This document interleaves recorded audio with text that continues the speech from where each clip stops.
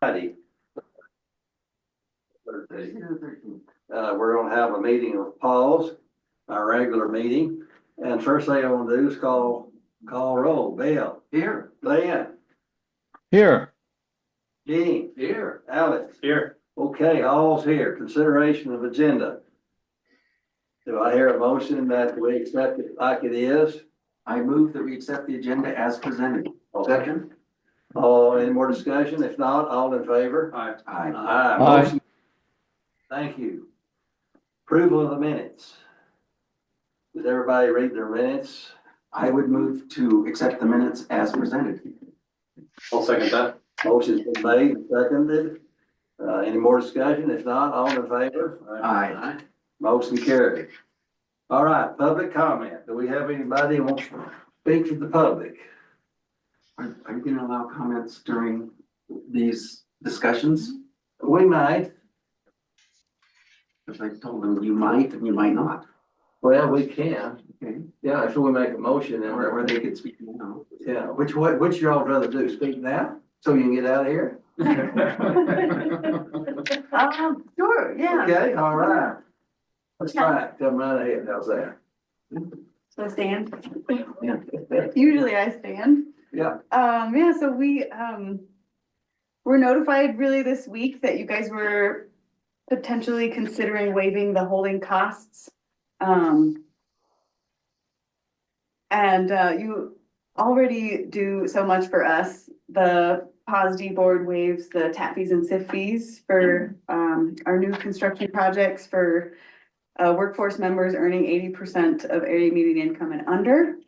And I guess we want to, convey that we really appreciate it. And also the way that our pricing policy is structured, if we were to consider waiving the holding fees, that would be reflected in our home purchase price at the end of the day. But at the same time, I do feel like it's a little bit of a role of a nonprofit in Archuleta County to sort of help our community out with these expenses, so we have to apply for grant funds to help with holding costs cases. And I know the CDC recently applied for some Prop 123 funding and was tentatively awarded some land banking funds, but we would have to do a lot. I think it's Bonita Drive we'd have to improve to get these funds. But we asked to have holding costs included in those. I actually went to, I don't know if I'm gonna, maybe talking in circles a little bit. I wasn't totally prepared. I went to a housing Q&A and had an opportunity to talk to Department of Housing directly about the land banking funds and if they could be utilized for holding costs like HOA fees or the utility access fees that we pay quarterly or annually. And the short answer was no, not at the moment. That's not what land banking funds are earmarked for with this Prop 123 funding.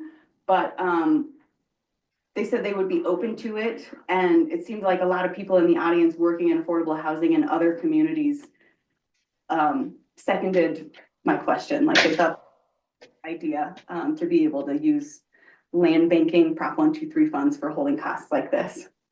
So those were the points I was going to make. Okay. So what are your holding costs come to? So for 2025, we're budgeted to spend $5,400 on PAWSD access fees. The availability fees. Yeah, availability fees, yeah. Okay. Yeah. I'm at a loss. Now, why are you paying these fees? Their availability fees. For Any property, where we're at? any property We, that's not developed, that's within a 100, 200 feet of water and sewer lines get charged a quarterly availability fee. And we charge that? oh, okay. Yes. Yes. Yeah, so we own 22 lots in PLPOA. So it starts to add up when you own more lots. So 330, oh, that's PLPOA, 321 a year. Is that accurate? Per property. Yeah, per property. yeah, And that money can only be, there's statutory requirements for that money can only be used to pay down debt. Right. Somewhat more complicated, but that's the. So how many dollars were you looking at? Well, I think she just said it's $5,000. $5,000 For Habitat, a year yeah. for them. And for the record, my name is Leah Ballard. I'm the executive director at Habitat for Humanity of Archuleta County. And do you think the county could pay for this? The county could pay for it? Yeah, We don't ask the county to help with these fees. So CDC applied for a land banking grant to the state. So it's Proposition 123 funds. So it was voted in maybe a year or so ago, and it won't be taken away until it's voted out. So, you know, in the current climate, a lot of people are asking me about our federal funds, and it's like, well, the Prop 123 stuff in Colorado, we can count on at the moment. Yeah, yeah. So we don't ask, and that's kind of what I'm getting at too, is we're aware when Habitat takes on these vacant parcel donations, we're aware of the holding costs annually.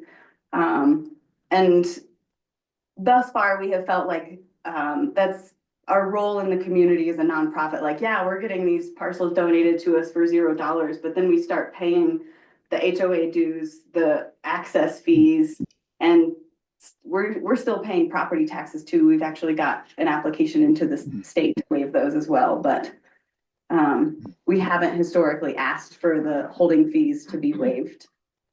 and you'd give the properties back to the county and say, we want them just as we need them? Well, we did in a way. They called us back in not too long ago. It was us, the CDC, and Aspen House.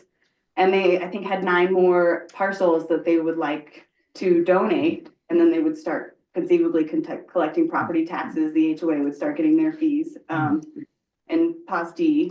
But we said no at that time. And my board's vote at that point was, can't remember off the top of my head, but I think we want to be prepared to have 3 to 5 build years of vacant land. So we don't have to take on more parcels for another 3 to 5 years.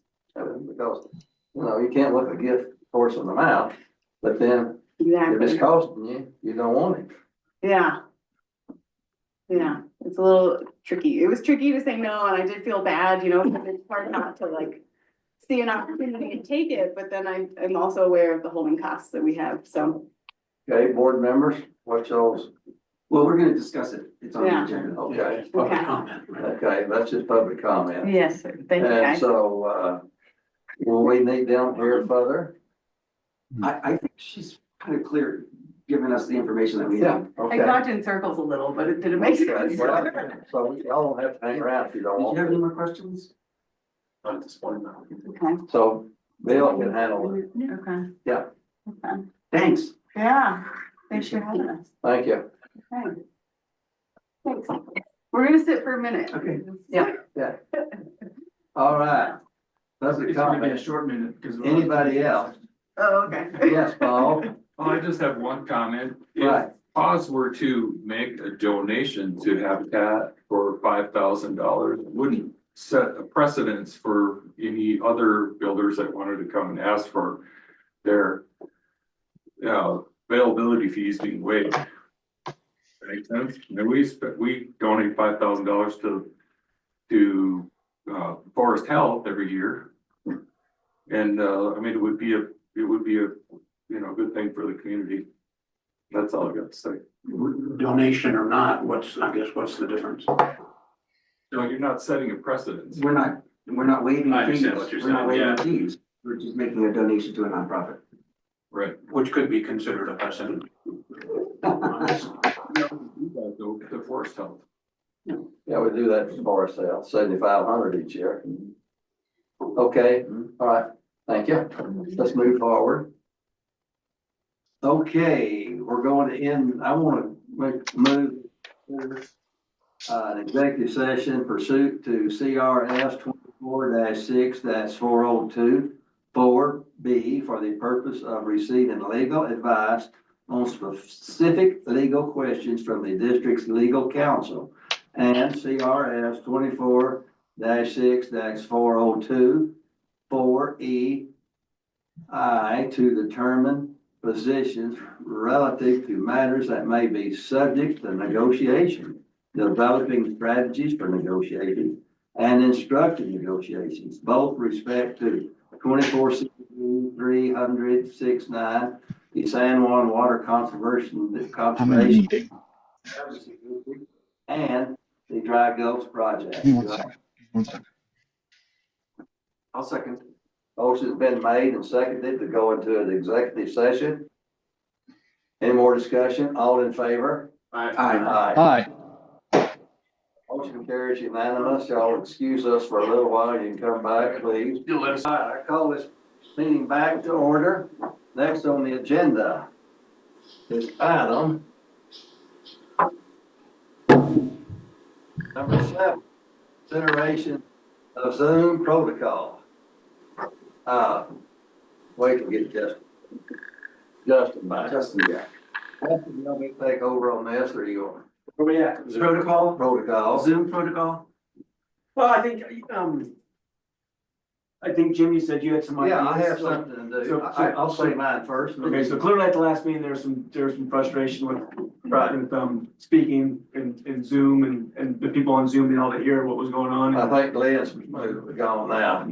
He should probably be here. He should be here for this. Do you want to move on to the next thing? Oh, there he is. Okay, I want to apologize first for the outburst that we had at our last meeting. Now we'll try to make sure that we use more of Robert rules and orders. And I want to mention this is real important. Each person who wants to speak's got to be recognized by the chair. That's just the number one thing that's got to happen.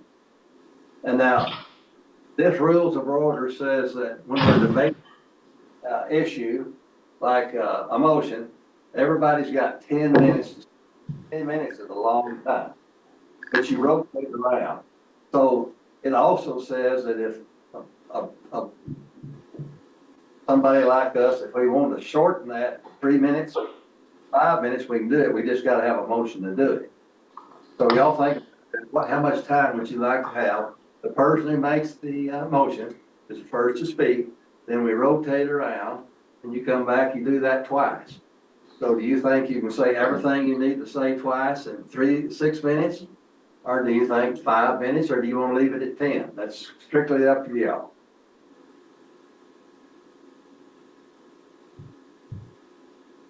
If ever making a presentation, is well versed on what they're trying to get across, I don't see why 3 minutes.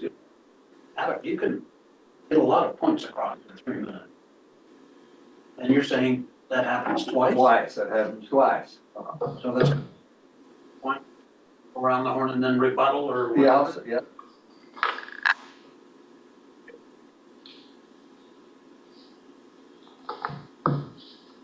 I go for 5.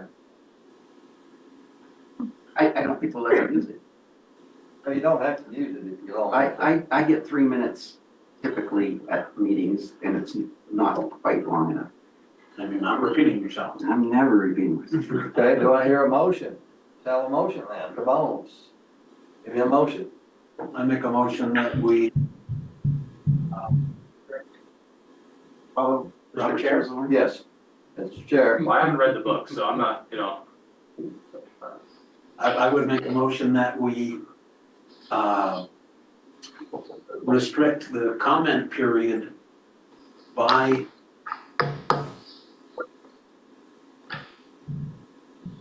3 minutes on any given subject that we are discussing.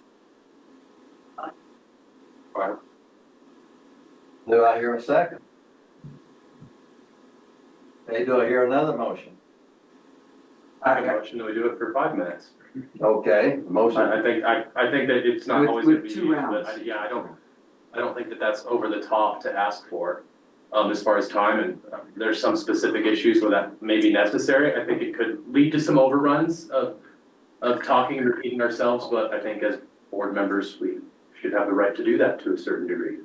Okay. motion I'll second that. Then second that. Any more discussion? If not, all in favor? Aye. Okay. So then we'll Now, Justin, you wanna say some things about the protocol on Zoom? No, so it sounds like that should take care of it on Zoom and here, so basically, I want to make sure I understand what we're talking about here. Somebody, brings up an agenda item, and, so the person that brings up the agenda item can talk and explain what their agenda item is and do that. And when that person concludes the discussion on the agenda item, and is that person held to the 5 minutes too, or does the person with the agenda item have unlimited time? Well, we need to have it the same way, it's consistent.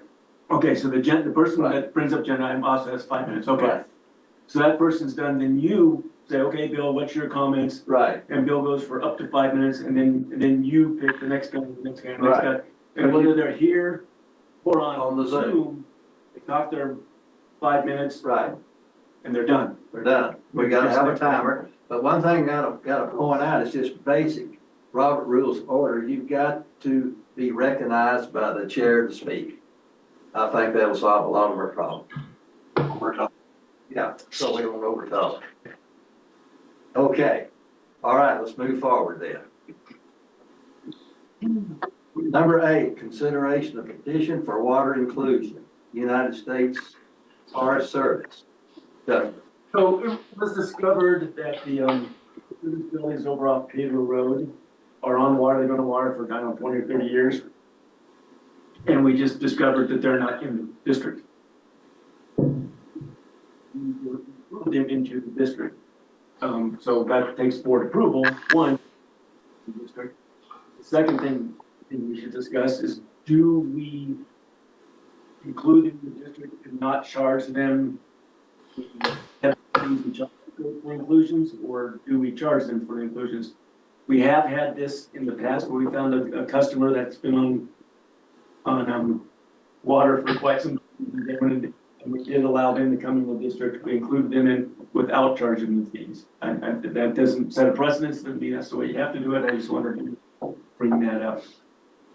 But I think we probably need to get them in the district, whether we charge or not. So, I mean, it may be a more. This was our errors.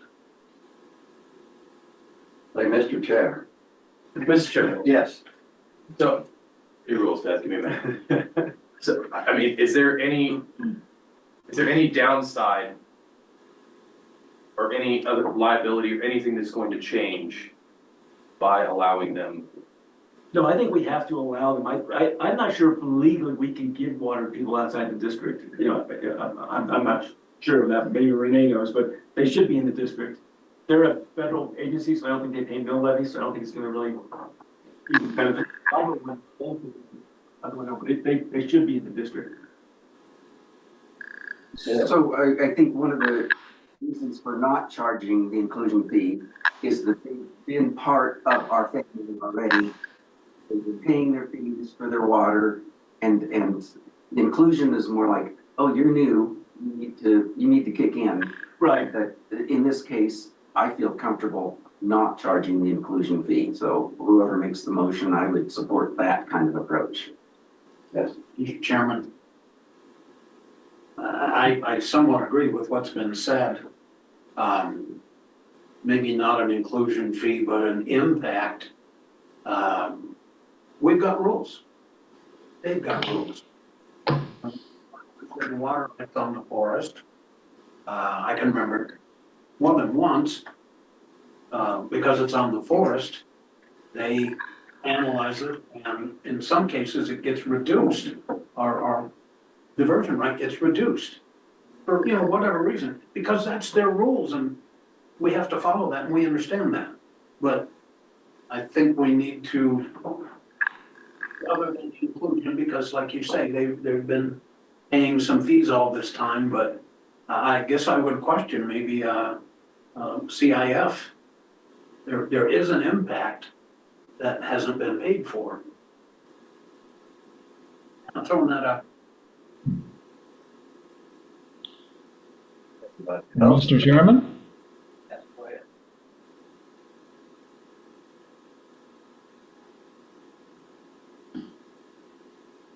Go ahead, Yeah, go ahead. Oh, okay. Well, one is, do we know that they didn't pay a CIF back then of some sort? And I guess, and the second is, even if they were to pay an inclusion back in 1991 and 1998, that might have been a very modest sum anyway. And I think we used to, like the town of Pacosa Springs, we never charged them for water back then. So I'm wondering if they had actually, if we had known they were outside the district, if that board had a policy then of charging the Forest Service. I would suspect that they didn't anyway, that they didn't actually evade any costs at that time. It's just an error. Now it's kind of a mapping error and we're just fixing it.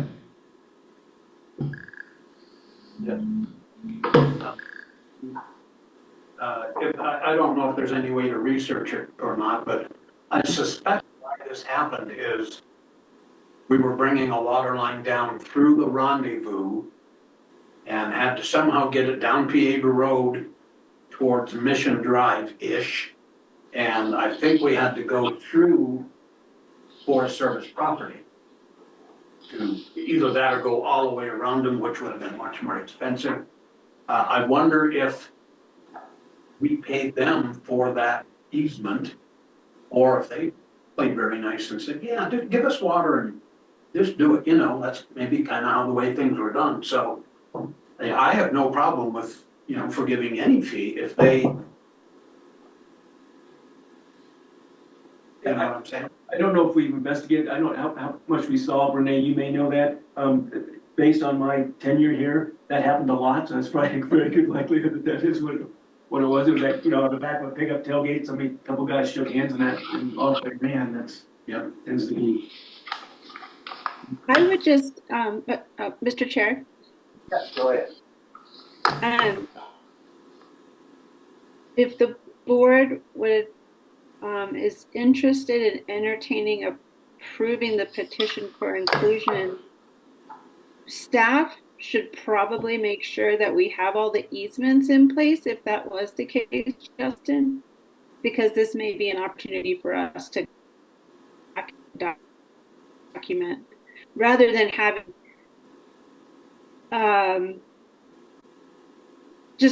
rather than thinking we have an easement in place and we don't, and then hoping that we can go and file for a prescriptive. And anyway, as organizations change hands and people forget stuff, I think maybe this could be an opportunity if we need to go out there, make sure if there's an easement that we have it documented.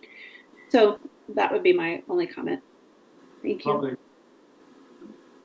It's probably a good idea. Also, it's harder to get a prescriptive easement on federal property. Mr. Chairman, Renee, that's a really good thought. Making sure that we have that easement. If not, it needs to be gotten. But also there's, probably very minimal costs, court costs, legal costs to get it through district court to get the inclusion to happen.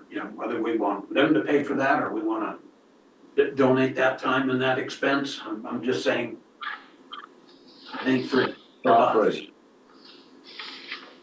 Yes. Is that the situation? We have expenses if we include someone?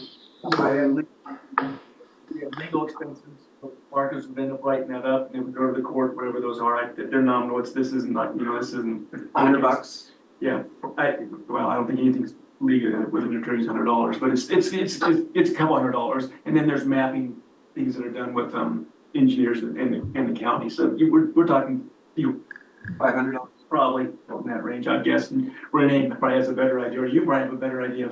I would say that's an accurate estimate. The mapping fee would be not very much because it's mixed in with all the other mapping we do in a given year. So the legal would be the biggest piece. Maybe 253. Do you have a sense that they'd be comfortable paying those fees? I haven't talked to them, but I would. So what we would be leaving, I'm sorry, speaking out of turn. For clarity, I think what was discussed to be waived was not necessarily our clerical fees, but are the equity buy-in fees. Is that correct? Correct. And maybe what we do is we just do a pass-through fee. Whatever our costs are, they just pay that. If it's $258.32, that's what they pay. And if it's in that range. So that's, So I'd like to make, So currently, just for the board's edification, the minimum, what we have on our fee structure is minimum administrative cost of $1,000 with petition for inclusion. But I guess, Aaron, correct me if I'm wrong, it's a minimum of 1,000, but it's like Justin said, it's a pass-through. Yes. So we just pass along to them what the true cost was. That would hold. so I'd like, to make- Yes, I'd like to make a motion that we include the Forest Service properties, and request that they pay the administrative fees that we incur. and I'd add to that, if I were you, and assure that we have proper easements in place.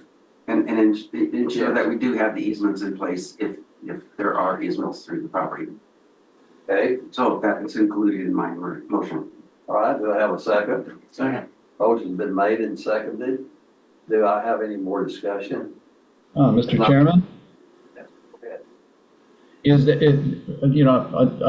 I think Renee's giving us really wise counsel here. Is that in order that Renee wants us to do this in? Because I could see the value in actually, taking a look at actually what 2 CIFs and 2 inclusions would cost, and then waiving those in exchange for easements or some other consideration that we would like in return. That's very reasonable, not that we're not.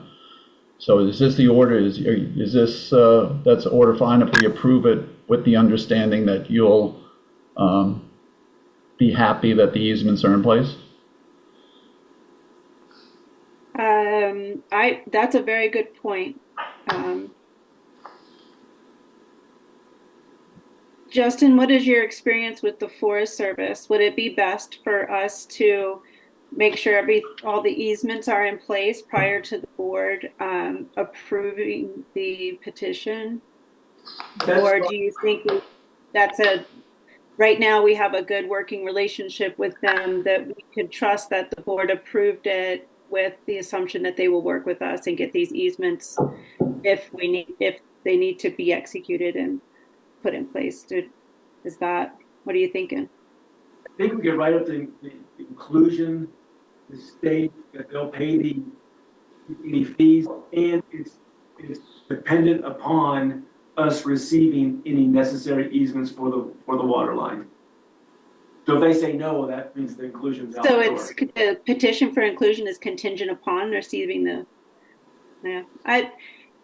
it's up to the board. I prefer Glenn's route,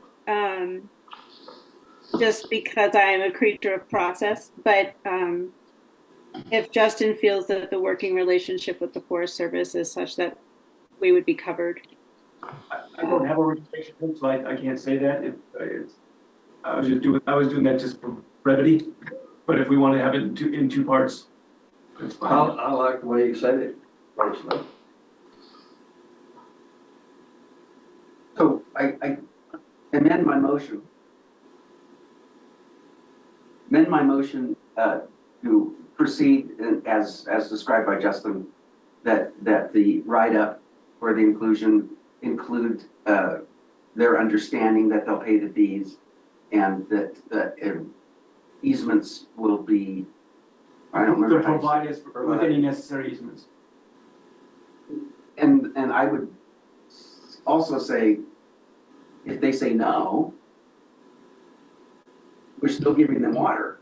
Yeah, I don't see him saying no. I can't see that happening, but, Well, Mr. Chairman, if it does, I think we'll deal with it at the time. Chances of it happening are Okay. so that's my motion. Okay, do I hear a second to the amendment? second. Okay, motion's been made and is amended. Okay, well, do we need to repeat that? We don't need to repeat it, any more Does that discussion? sound clear, Renee? Renee, Yes, is that? that's very clear. Thank you. Okay, all in favor, say aye. Aye. Aye. Aye. Aye. Motion as carries 100%, thank you. All right, number 9. Consideration of 2025 commission charges adjustments to other non-rate revenue. Who's gonna speak on this, Aaron? Okay. Commissioner present. Yes, sir. So I'd like to point the board to the public, notice of public meeting that was included in the packet. Walk through that additional document. Provides all the connection and other change and modify each year. So the public meeting, notice of public meeting document speaks to water charges, water rates, fill station charges, water availability fees. Within that water charges category, all of those fees have gone up 3% as prescribed. So that's all consistent with what we've talked about and what we've budgeted for. In the second category, that's wastewater charges. The monthly service charge and short-term rental fees have been increased 10% as discussed and as budgeted for. The wastewater availability and the hauler charges are increased at 30% as well. Right. That'd be $5.18 a gallon increase. Correct. Okay. That gallon or 1,000 gallons? That's 100 gallons. 100 gallons. Yeah, very good. The next category there are capital investment fees. Each of those have been grown 3% as prescribed and budgeted for. Question. Sure. The waste hauler charge is up 30%. Mhm. But shouldn't it be 40%? Because we did 30 and then fit 10? I mean, did we forget to include them at the last increase? No. Is that why we're doing They 30? increased at the last one. Oh, we did increase it, Yeah. yes, okay. Yep. Okay. Yep. Great. Any other questions? Okay. If not, I'll move to the next couple of pages.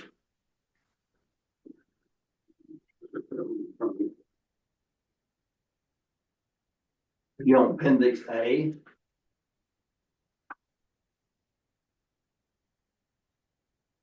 To be this document right here. It's got the red line. That's on it. Appendix A. Appendix A. Yeah, sorry about I that. don't have red lines. So this is, some of this is gonna be repetitive. It gets into the monthly availability fees, the service charges, at the top. So those are gonna be repetitive from the document that we just reviewed, but this goes further into, Like it says Carl Young is in the waiting room, but I'm not seeing him in the waiting room.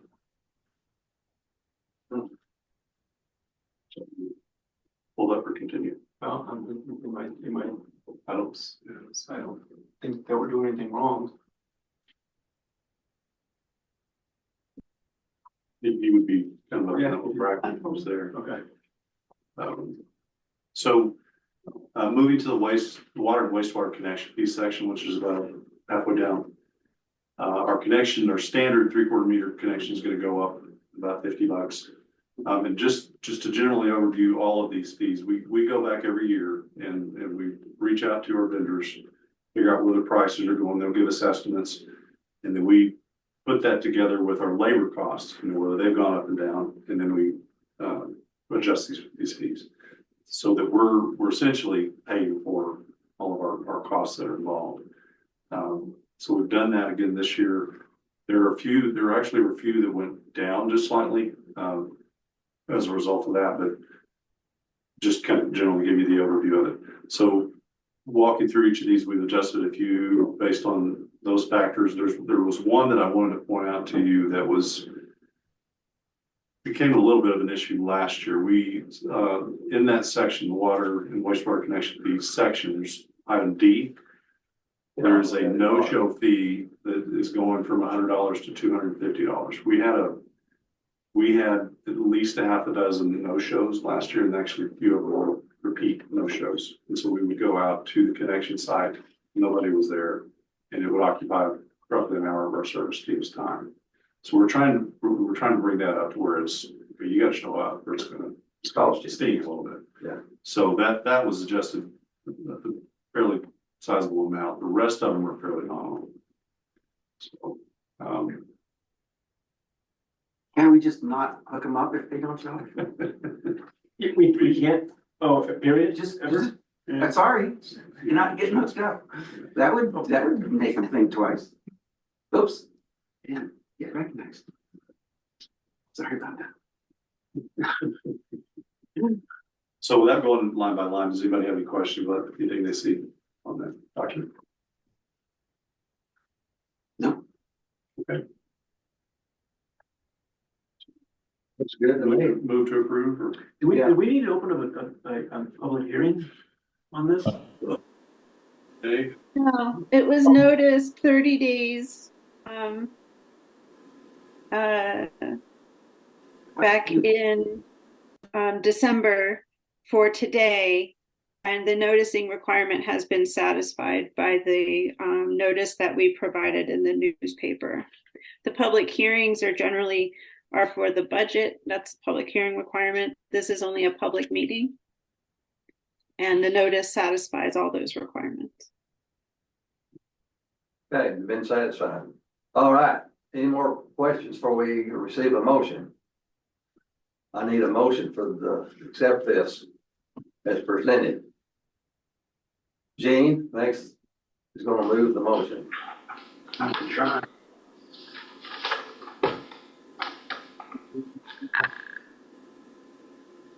That we, accept the 2025 connection charges and adjustments to other non-net rate revenues.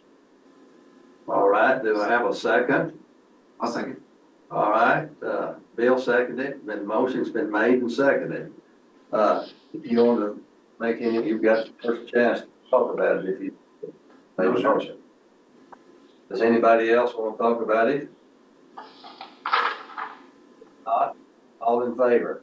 Aye. Aye. Aye. Okay, motion carries, thank you.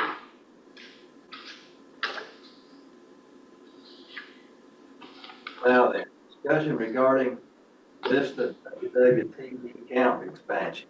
Consideration of water availability Number 10. presentation. Oh, I'm sorry, number 10, I'm sorry. Consideration of water availability. District engineer, Matt. So I think at the last meeting, I brought up that I'd been approached by a couple different entities that wanted to know how we'd be able to give a presentation on what our water situation is. We discussed it and said, sure, but it should be approved by you guys and by Marcus. So I put something together in your packet. It's pretty much just what it is. It's just facts. I think we wanted to approve that, but I think it also may be beneficial, especially if Joe and or Gene or anybody's going to talk other presentations, because Gene put together a small presentation too.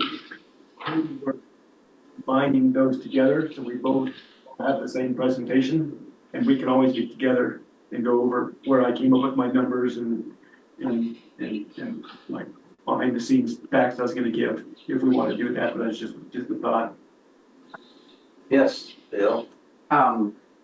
So Gene and I worked on a PowerPoint, and I really like what you put together. I mean, I think that's really good information. And we sort of felt like we wanted to get staff out of it so that you could do important things rather than the stuff that we could. So I would love to work with Gene and take what you did, get it into our PowerPoint, because Gene's volunteered to do presentations. So whoever's contacted you, you just pass that on to Gene. I think the county commissioners have asked possibly for a presentation, outdoor club, I think. And the realtors, And the realtors maybe. So if Gene's comfortable with the presentation, then I would really having to go and do it. That's fine. I don't mind doing it, but I also don't mind Go ahead. handing it on. Mr. Chair, I'd love to have Justin, sitting next to me, or me sitting next to him, doesn't matter. The presentation got this moment around two separate subjects, but I guess I don't see any reason why we couldn't merge them together. In fact, I think so, Oh, y'all agree? All right, anything So- else? So Justin, want to get together and see what we add, the PowerPoint? Want to do that? Yeah, we can talk about this when we get together. If it's All three of us? all one PowerPoint or whatever, yep. Yep. We can do that. So to be clear, is this something that, council needs to see? It sounded like he said, hey, well, you know, You guys' call, I think it's a good idea to run it by him, I think everything I have in there is just fact, it is nerdy engineering numbers, there's not a whole lot, but you know, he responded to you guys pretty quickly last time, so I assume we sent it out and responded to this pretty quickly too, so. And at least then they know what we're out there saying, so.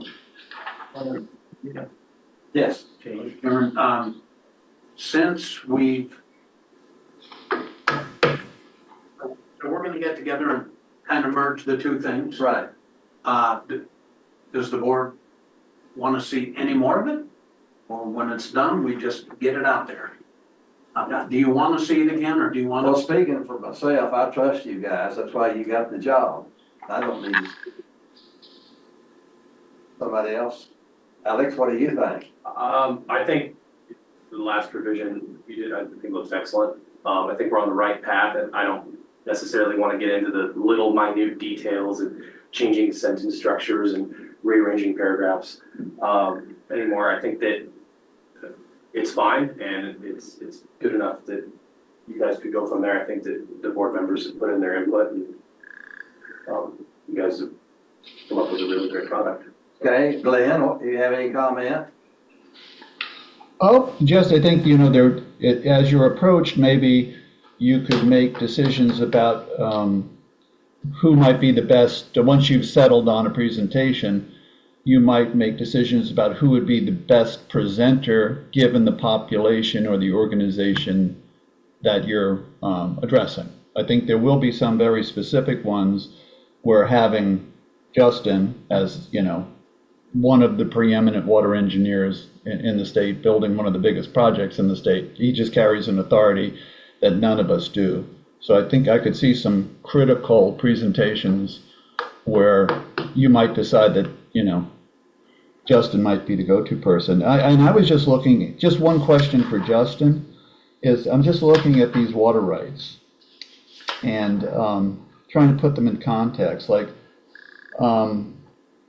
on the West Fork, we have, I mean, on 4 Mile, we have 13.7 CFS, but we know that's seasonal. And the question, just to put it in context for our ratepayers, if I gave you the choice between having 4,000 acre-feet of water 7 miles away at Dry Gulch, or having 1 additional CFS of solid, consistent summer water from 4 Mile, which would benefit our district more? Like a big reservoir costing hundreds of millions of dollars, or 1 CFS off of 4 Mile? For me, clearly it would be, if we could keep water flowing year round into Hatcher Reservoir, that's water we could use right now, today. So yeah, definitely that would be that'd be a much easier use for us and a much more less expensive use for us. So yes, Okay. And if you get it pretty compact, then I'm really going to take you up on it. Okay. Yeah, so anything you can do to move that 13.7 to 14 or 15.7, you have my wholehearted support. Okay, anybody else want to comment? Do you need a motion, Justin, or you feel comfortable with leaving it with this? I think we have direction. Y'all got direction, that's all you need. Okay. Great, thank you. All right, let's move on. Now we're going to drop down.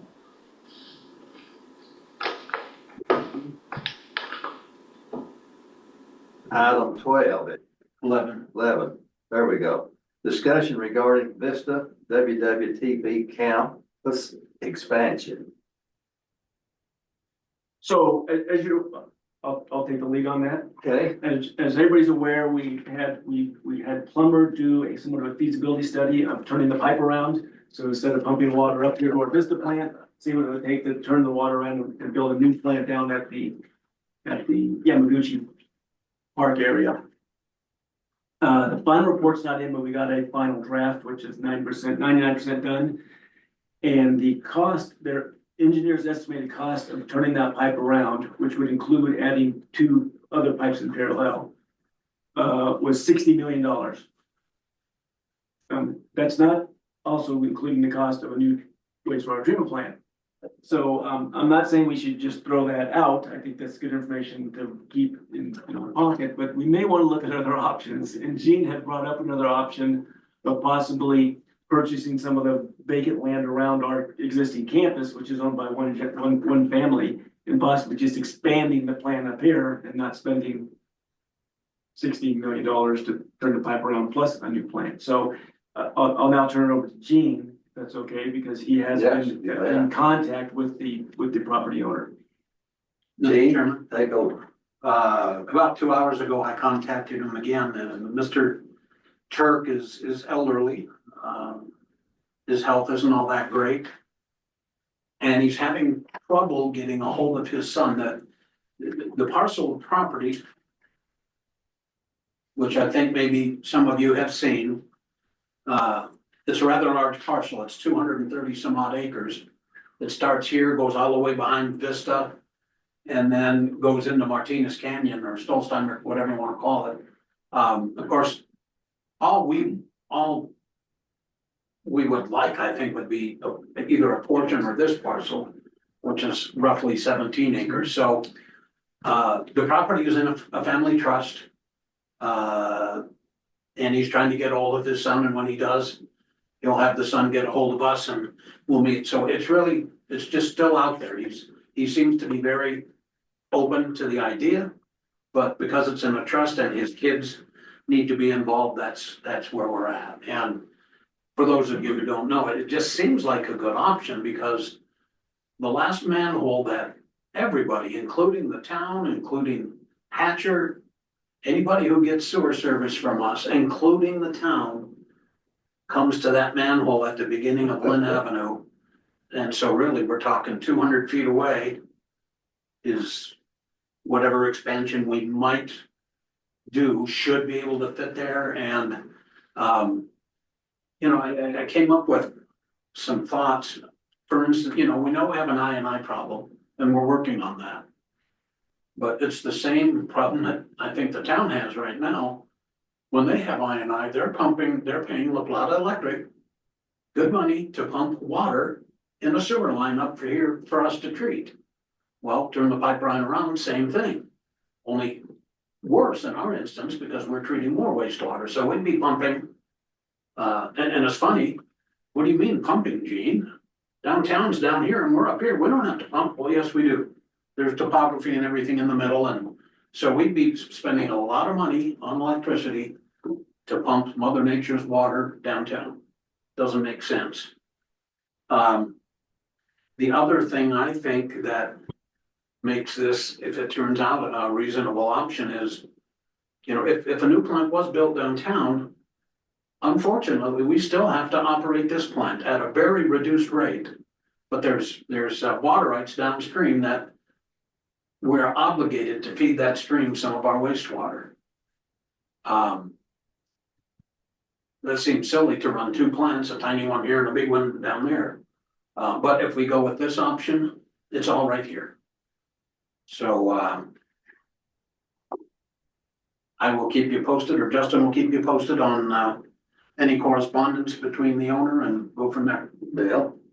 That's interesting information. The reason that we started the conversation with the town about could we turn the pipeline around was we were possibly not gonna have to do this upgrade to the Vista plant because we could tell, Colorado Public Health that, wait a minute, we're going in a different direction here. We're gonna pump this downhill and we're gonna put it in the San Juan River, which is not a river of concern, which is the reason that we have to do all this, because it's going into the Piedra. So that's, No, this water is going into the Piedra, which is a river of concern, so that's why we're spending $10 million. So now we're spending the $10 million.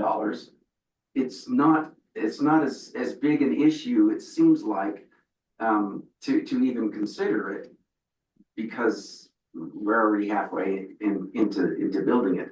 But I don't understand, are we really looking at enlarging the sewer plant? I mean, I can answer the question. We got two regulatory requirements, Reg 85 and Reg 31. The upgrades we're doing in the plant right now are Reg 85 requirements. And that's based on the fact that we discharge into the Piedra River. And those are due, we're actually under that compliance right now. We're not meeting those compliance because the plant's not built. We're working on that right now. Reg 31 is completely separate. That rule is coming, and there's not enough upgrades to this plant we could do to meet Reg 31. Reg 31 is just coming. We're not under a compliance order yet. We just know it's coming. So one of the options was to look and see if we got to build a whole new plant for Reg 31 is an option to go downtown and turn this around. That's what we looked at. Even if we build up here, it's not going to be an upgrade to that plant. It's going to be a brand new plant, and that one will be bulldozed because that plant was not designed to meet that level of treatment that they're going to require in Reg 31 when it hits us. Gene, Mr. Chairman, I guess a question for Justin.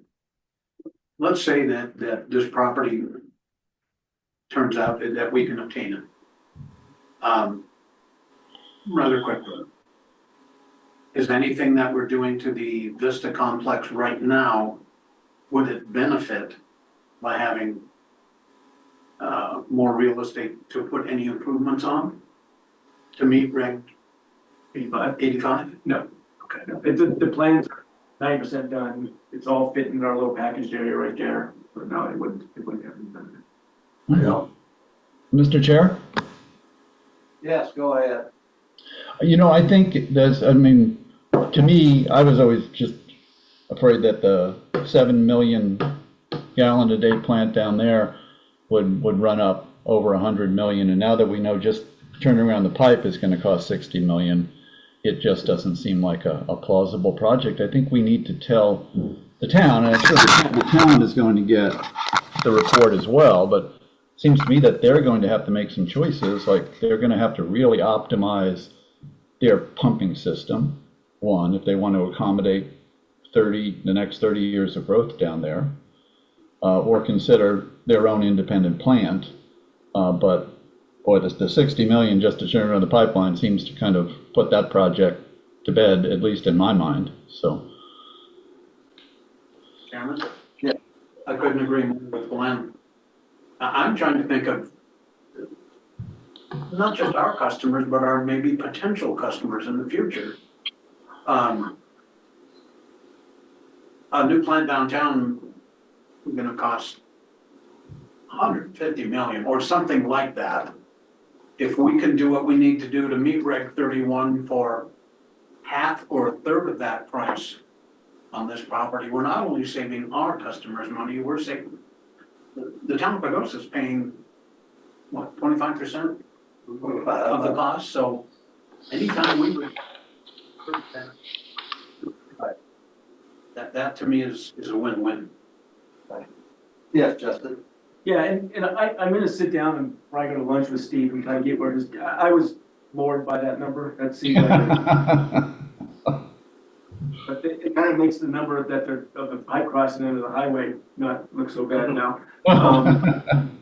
But if I talk with him and let's say he's off by 10 million, still $50 million. I mean, it doesn't. I think the study. I'm glad we did the study. I think it's good that we know, but that may render that idea unfeasible. Gene? And I'm not sure at this level of conceptuality, if Steve is aware, there are easement issues. I can just about guarantee you easements will need to be purchased in 2 spots.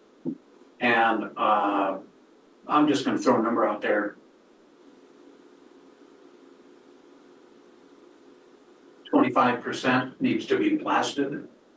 And, I mean, if we're taking the same route as the old one, what they did, I believe, was blasted a 10-foot wide trench. Over here went water and over here went sewer. You cannot put anything else in between. You gotta blast another trench, a few feet water. It's gonna be very, very expensive, and I don't know if their conceptual, estimate of probable cost included stuff like that, which, I talked to Steve about that, it did not include easements. But it did include the last one. blasting and all that, but it did not include easements, and easements will be an issue when it goes through some properties where they're not gonna be happy that we're there. And Glenn is right, the town's gonna have to make a decision, and they can either continue pumping up to us, which wouldn't matter if we built a new plant, it wouldn't have any effect on them at all, or if they wanna build their own plant at Yamaguchi, that'd be their call. Well, if they continue to do the good work they're doing on I&I reduction, like the one under Cave Creek, I've heard them say that's 30% of their I&I right there, so I think they're helping themselves reduce, their current cost just by being diligent. Okay. Good report. Good report, yes. All right, thank you. All right, let's go down to discussion of availability fees in regard to housing organizations, Habitat and CDC. Bill, did you? I want to discuss that. So we got a presentation from Leah. And I heard comments from Emily, who's the executive director for CBC, that they are paying availability fees. They're also paying PLPOA fees. They're also paying other fees for having these vacant properties that someday they're going to build housing on. And so I wanted to bring that up to the board. Do we want to waive those fees for a nonprofit that's holding property someday will have affordable housing on it? And it sounds like from what Leah said and from what Emily said, they're going after grants right now. So I don't think it's an issue for us to worry about, because they're going to try and find grants to pay those fees. And then we need them providing service. So so I would say that we don't need to talk about this any further at this point until we find out, were they not able to get the grants, then we might want to bring it up again. Gene? I agree, Mr. Chair. I just wish other entities like PLPOA and others would play the game, or play the, everybody comes to us and wants forgiveness, and I think we've done a fairly good job as best we can staying fiscally responsible, and the last number I heard, I think, was $1.38 million that we have waived already. And it would just be wonderful to see other entities realize that as well. Enough said. Good comment. Okay, anything else on that? That's all I have. Okay, let's move forward. All right, discussion of wastewater waivers with regard to private home builders who meet income guidelines. And I can Bill can take that. So I was contacted by a former resident hoping to move back, but he said his son is hoping to build a house on a vacant lot in the PAWSD district. Does our waiver a family that is below 80% AMI that is building their own house? And I'm not clear that we've ever made a decision about that. It seems like we've been aimed at nonprofits that are doing it, or like Timberline, contractors that are building housing. But I don't think we've ever talked about, if you're a low-income family and you're building a small house on your property, are we willing to waive that if you create a deed restriction that if you ever sell the house, it goes to somebody at 80% or below? just like CDC does and just like Habitat does. And I just tossing that out there because we haven't really ever talked about it. Yes, You know, my position on affordable housing in general, but if we're going to allow contractors that are making a profit to apply for that, I can't see why we wouldn't allow somebody building their own home, you know, to raise their children in or whatever they're doing, not making a profit on it, you know, at least in the, you know, in the immediate future, why they wouldn't be allowed the same benefits. I mean, if we're gonna allow it for contractors, I don't see how we can't allow it for private citizens. That seems not very fair to our ratepayers.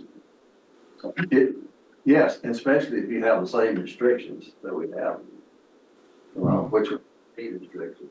Do we have somebody that can do that for us? That's, That's, Mr. Chairman? Yes. Well, you know, we actually have discussed this quite a bit, and actually it was the policy for a few years to be open to this, but nobody actually came forward and presented it.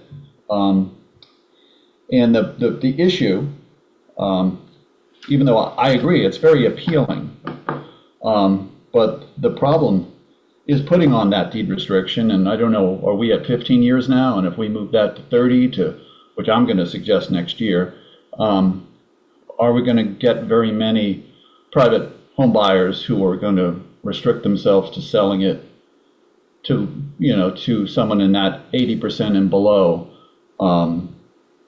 range for 30 years?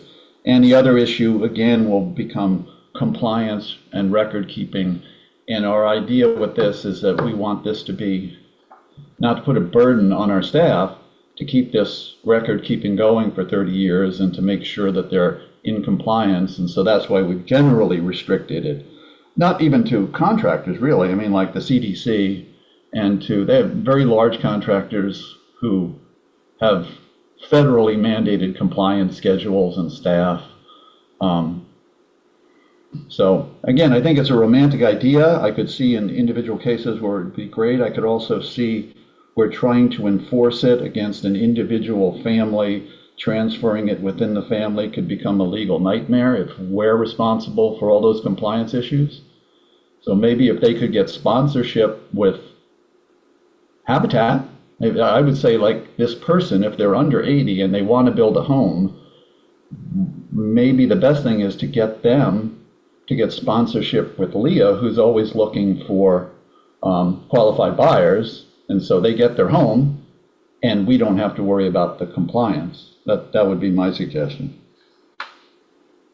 Yeah, how about suggestion? I mean, could we, instead of putting a restriction on, you know, selling it based on an AMI, could we say, okay, well, if you sell the house, and I understand that this doesn't alleviate the staff issue, something I need to think about, but could we say that if you sell it, when you sell it, you have to pay the district whatever our CIFB was at the time of you building it? If you decide to sell it in the future to somebody that doesn't meet that threshold, just a consideration. Does that make sense? it's, yes, Gene. I'm a little bit worried about setting a precedent, not too bad, and I think this board all pretty much has the same support and passion for affordable housing in this community. But we do have to take into consideration staff time and keeping all those records, and I love Glenn's idea. The good thing about the CDC and Habitat is, you know, Habitat, not only you build the house, but other people who have built houses and want to build houses help you build it. And it just kind of creates community. And then they'll do a lot of the paperwork for you. And a lot of these folks, you know, working 2 jobs and raising kids and all that stuff, they quite often may not have the time to do all this. Or some of it gets a little hectic, for lack of a better word, to do. So I love Director suggestion to funnel them towards the people who are there to help them. That's what they need. Yes, I agree to that, because there's no way staff or anybody else can keep up with all this stuff. And way to go. That's the only way I would agree to it, to go that way. Yes. And anything outside of that, I would actually prefer, would like to see what our previous discussions and motions and regulations are. Like Glenn said, we have discussed it before. Well, their discussion and action are two different things. Right. So I'd like to do a little more homework. Okay. If we're not going to send them to CDC and Habitat. Well, do we need a motion, Bill? So I'm gonna respond to the person that got a hold of me and give them that advice. Right. That they talk with Habitat and see if they can work something out with Habitat. And I think that's a great idea. Yeah. And then we don't have to be We don't involved. have to be involved with it. Okay, let's move forward. Thank y'all. All right, discussion of the next steps in public outreach campaign. Okay, I think we've kind of discussed it. next step is get together and. So I think if everybody's okay with the webpage, I think that can go live. And then the three of us will get together for presentation stuff. So we discussed the PowerPoint, but we haven't discussed how do we get people to go to the website? And Glenn had brought up the idea that we maybe take that out in the sun and it has the address and maybe a little bit of information and the address to the webpage. We can work on that. And so the three of us could work on that too? Or Gene and I can work on that? Do you want to be involved in that? No, I think for an ad, just put together what you want, Yeah. an ad and get a hold of me and we'll put it in the paper. Okay, Yeah, your graphics. we'll work on that. We'll work on that. Okay, real good. Sounds good, thank you. All right, next we have discussion of the Running Iron Ranch Subcommittee. Who's gonna do that? Glenn, Glenn, you're up. Oh, did I? I don't think but I'm happy to take it up because there's not much to say. I mean, given that we're in probably the very beginnings of a pretty long court case, I don't see the prospects for a quick summary judgment. I wouldn't disband the Running Iron Ranch Subcommittee just on the chance that, like, Zipper Valley wants to continue to kind of rework their deal and see if they can come up with something that's, we're there to help them to maybe refine their deal with San Juan or some other person, but I don't think we should be spending any money or soliciting real estate agents right now because we're probably not selling the property for 18 months or 2 years. And, when you want to sell a property at this price point, I think real estate agents actually invest quite a bit of money in drone video and all, and then they have to take out fairly expensive advertisements and kind of boutique publications. And I don't think anyone's going to want to do that until we know that we can actually sell the property.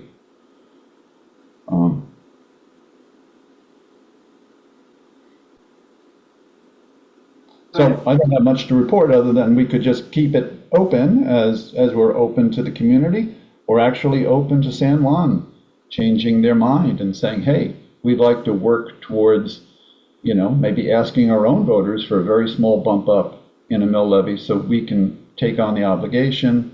But I don't think we're going to be very active or assertive. We're just going to be responsive. Mr. Chair, we're up at the agreement, and one thing I saw in there, which I think would help everybody, the Conservancy District, it says in there, we'll keep, CWCB and PAWSD updated on progress, whatever that progress may be, finding partners, investigating different things. And have we ever gotten an update from San Juan on what they've been doing, just so we're well informed? Well, just in a big, Mr. Chairman, just just to keep two things in mind, and I know I'm beating two dead donkeys or whatever, but in the more or less 10 years since we agreed to the partner approach, San Juan has not forwarded to us a single name or a single communication of a potential serious partner. And over those same 10 years, San Juan has not managed to win a single dollar of grants for Dry Gulch. So again, we're open to being told differently, and that would be wonderful if they walked in the room and had a significant federal or state partner, or if they had won some big grants, but to date, it's 0 and 0. Yeah, Bill? I agree that we should keep the Running Iron Ranch subcommittee to be able to contact, to be able to work with possible buyers. But I would not, I agree with Glenn, we should not advertise or hire a realtor at this point.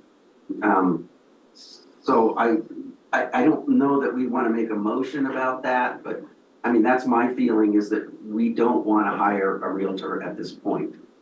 And Glenn and I can continue to work with the people that approach, and so that we don't have staff getting burdened with those discussions.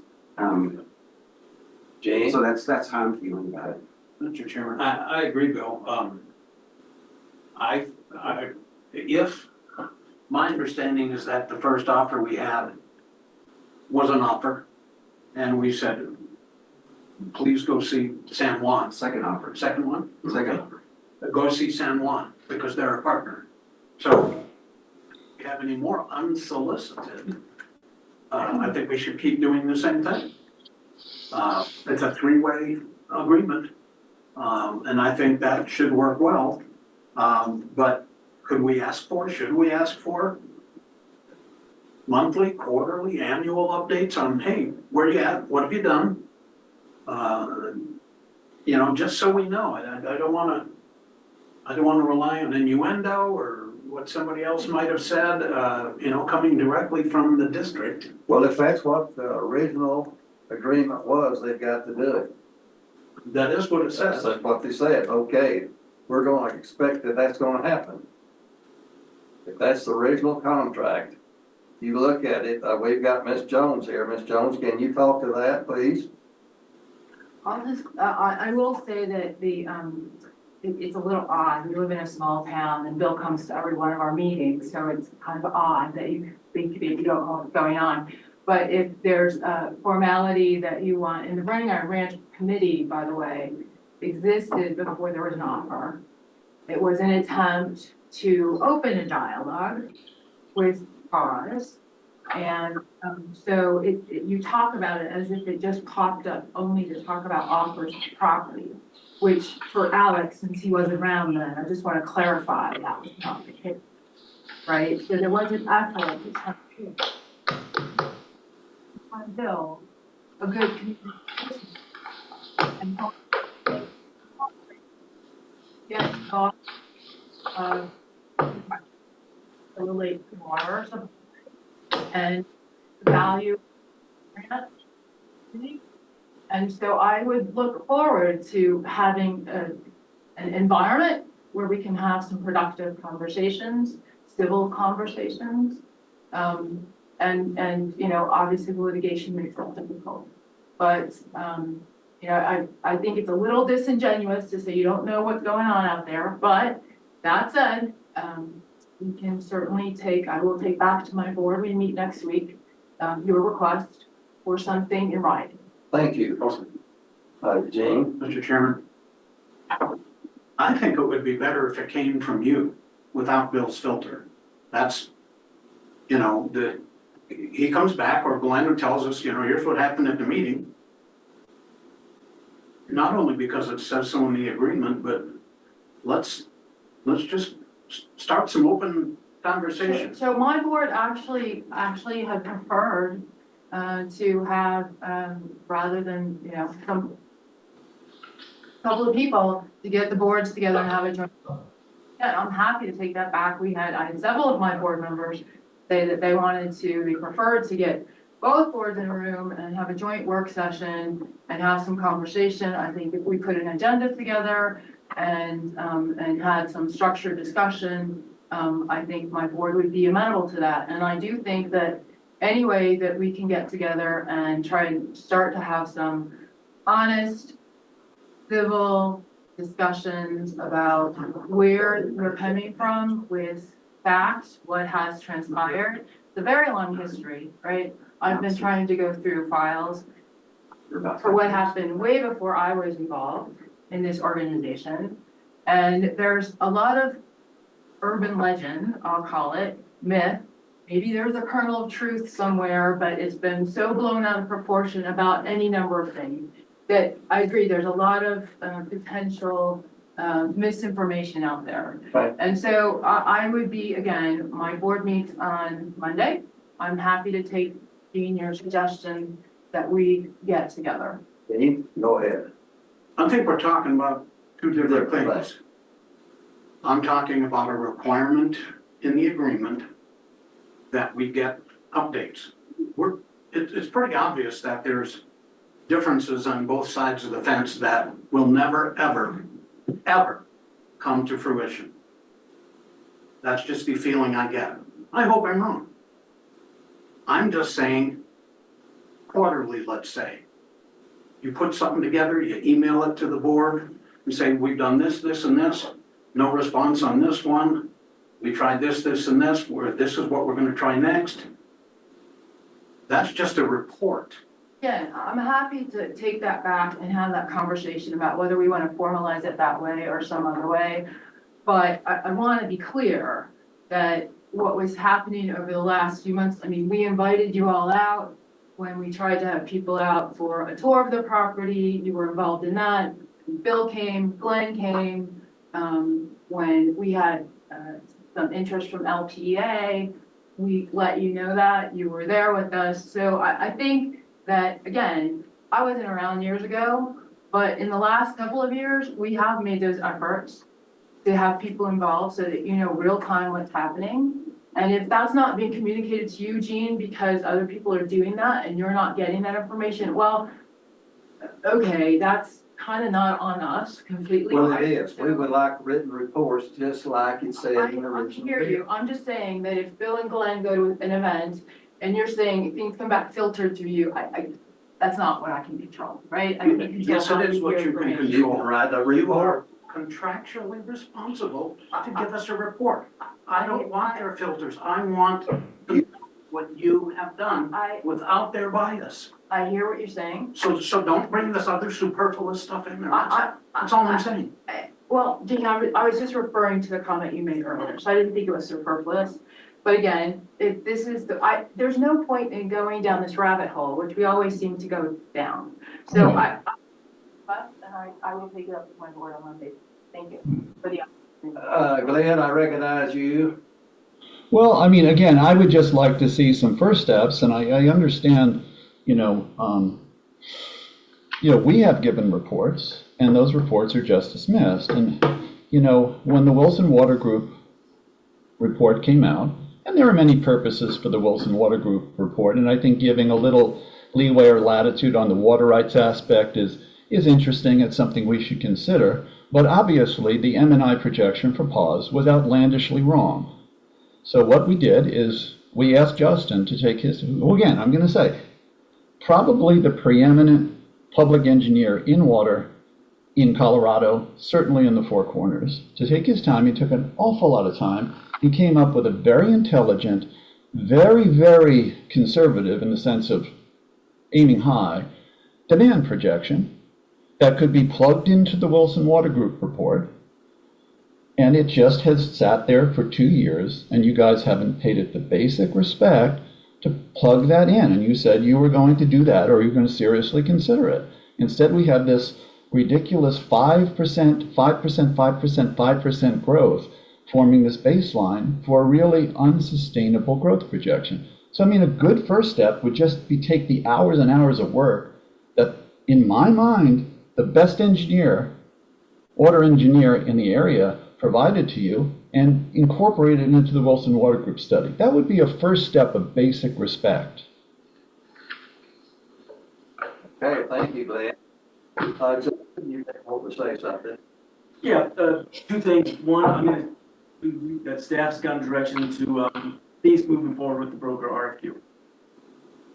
You want a motion? That's mine. I don't, no, this is discussion, that's my understanding of the Yeah. direction that we've been given. That's what I would say. I would like to, actually give the Running Iron Ranch Subcommittee a task, Oh, sure. if I may. Well, So we have a 660 acre ranch out there. There is issues with fencing, weed control, ditch maintenance. There's an existing pond that the small dam blows out most years, it probably won't this year, blows out, that needs repair. There's attractive nuisances. We just discontinued the electricity, which was running about $300 a month. I'd like you to work with San Juan and determine how we want to take care of all these issues. Does it continue to just come to me and I go and fix the fence, or are we going to start sharing in these tasks and these expenses to maintain a 600+ acre ranch? Okay, I'm happy to, I'll be back in 2 weeks for the next 10 months, so I'm happy to do what I can. You know, I'm also a ranching dummy, and but I'm willing to put in the work and meet with our counterparts, and we enjoy hiking together even when we disagree about certain aspects, and maybe this is a form, where we could agree and take some first steps, literally and figuratively. That's a good point, but I guess I was under the impression that Oz has X number of percent ownership, that San Juan has X number of percent ownership, and whatever expenses we incur, fixing fence, whatever it might be, weed control, studies that have to be done or whatever, that we would split those costs up on that percentage. I have no idea. That's why I think we need to figure that out. We have to go to court to decide that, I think.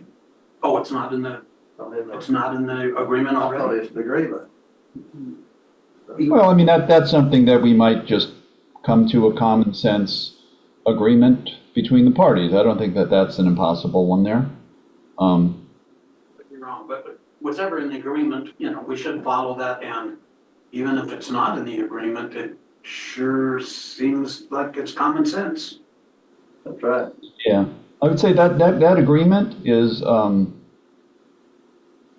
it's rather short. It's not the most articulated agreement between two parties that's ever been agreed to, and I think a lot of the open areas in that agreement just do have to be filled in with some common sense, and maybe just 4 people walking around on the property, noting the problems, and then sitting down and discussing what's the fair-minded way to deal with the problems. And I'm pretty confident we could do that, and that's actually a nice task to actually focus on rather than years of court battles and stuff like that.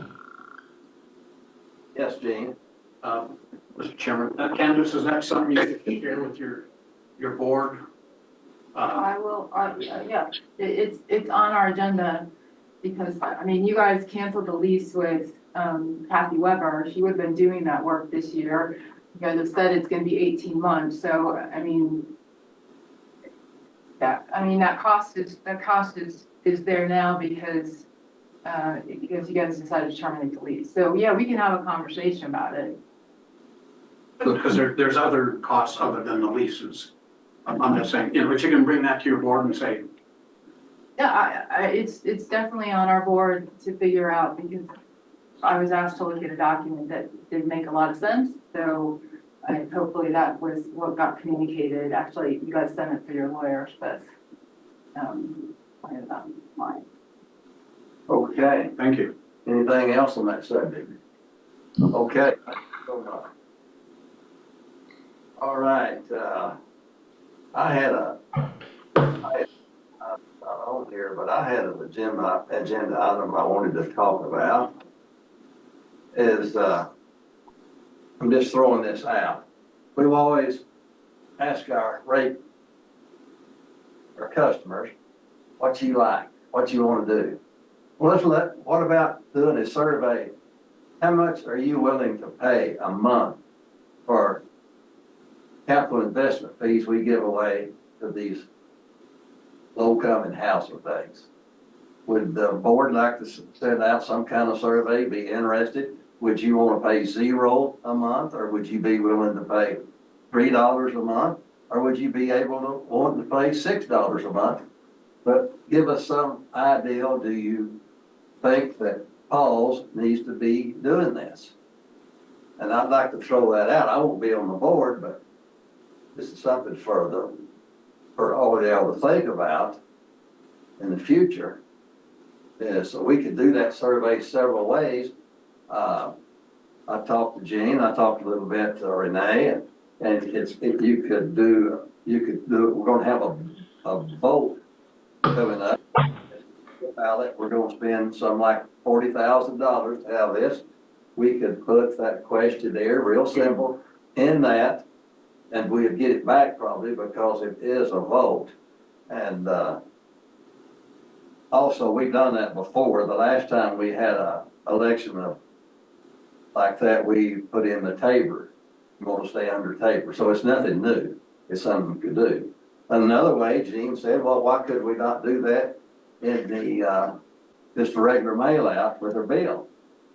Might do that. Renee had a good idea. She says, maybe you have an ad in the paper and say, we're taking this survey and we're going to give a prize away. Maybe it's a couple of free water butts for the winner.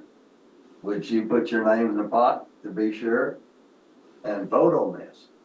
You know, but this, all I'm asking, what do y'all think about surveying our customers on this? Oh, Mr. Chairman? Yeah. Yeah, I mean, in general, I really support consulting the customers, and I think we probably should do more often than we do, actually. We do actually approve some discretionary items, big ticket items, when we don't actually consult them. I don't think we'd be able to, I think the ballot question for Tabor is an actual standard ballot question. It's very legally defined. It requires very complicated, so that's not like this, because this would be kind of a different animal. Whether it would actually, it would have influence to me as a board member, because I'd read the results and I'd adhere to them. I don't know that it would have legal standing. I don't know if referendum in special districts would work like that. And the other thing is, I think the ballot language for this election has to be settled by March 7th. So if we were to have a meeting in March to determine to go forward, we would already be past the ballot. But, if we wanted to develop a simple question, like I would do it policy-based, just say, the board is doing this. Do you support extending waivers for workforce housing for 80% AMI and below? 80% AMI to 100% AMI? Or no, I do not believe, and very fair wording. And I think we could just send that out with a self-addressed envelope, and then maybe put an ad in the Sun saying, hey, you're going to be receiving this, and we'd really like to get your input. And it would be cheaper, because we may not even have an election. I don't know. I haven't heard. It could be that we only have 3 candidates, in which case we'd be spending $40,000, $50,000, and it would be complicated because you'd have to then have different ballots going. You'd have to have 2 ballot questions for water and wastewater. You'd have to have 2 going to District 1 people, 1 going to District 2 people. Whereas I think we could do it cheaper, just sending a self-addressed envelope with a single sheet telling them what we're doing. And do you agree with this part of what we're doing? Do you agree with this part of what we're doing? Or do you disagree with the whole thing? And I think it's a great idea. I'd love to get the feedback. Yeah, Bill? I hesitate to do this because I think 90% of the people who would get this don't know what AMI is. I think our board understands what AMI is and what 80% AMI is. I think our board understands that, and I think people that come to the meetings regularly or Zoom into the meetings understand how affordable housing works and what the impacts are on our community. But when you send out a technical question to people who aren't aware, they're gonna be guessing. They probably should know what they're voting on. So that's the issue I would have with doing that. Yeah, I agree with you. That's why I'm saying, would you be interested if your bill goes up $2 or $3 a month, $7? Understand that. But no, they can't, because they don't know what the money's going to. Will you explain what it's going for? Well, It's going investments, that were given away free. well, Mr. Chairman? Wait, you're out of order. Hey, Mr. Chairman, when we're doing this PR stuff we're working on, we tried to stick to the KISS principle. right, keep it simple. I agree, Bill. People know 50 and AMI and all that means. I think they need to trust us and other entities that have used that, you know, Habitat and CDC and all that. I think keeping it simple should include your customer. Do you know that you already pay it? If I'm correct, we have an affordable housing water surcharge for water and wastewater. Right. We just approved $1.87 per month, I believe, for water, correct? Yes, And $3.57 for wastewater. So here's what you're paying right now. What we're proposing, whether it be a vote or an ad in the paper or in the billing, let's keep it as simple and understandable as we can. That would be my point. Whether they know it or not, and I would bet you better than 90% don't know it, no, that they're already paying something.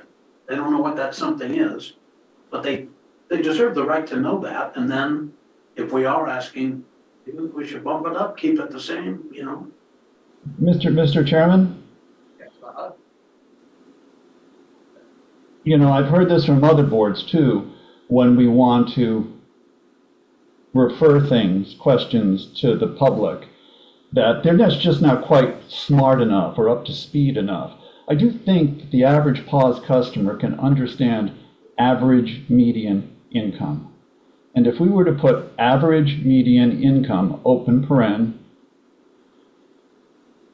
$48,000 for a family of 4, close paren, they'll know exactly what they're looking at. I find it to be kind of condescending. I think our customers are, and I can speak for myself, most of them are smarter than I am. And I think we can phrase it in a way that's very fair. Here's what we're doing. Do you agree with this? Do you agree with this? Or would you like to get rid of the whole thing? I think that's pretty simple.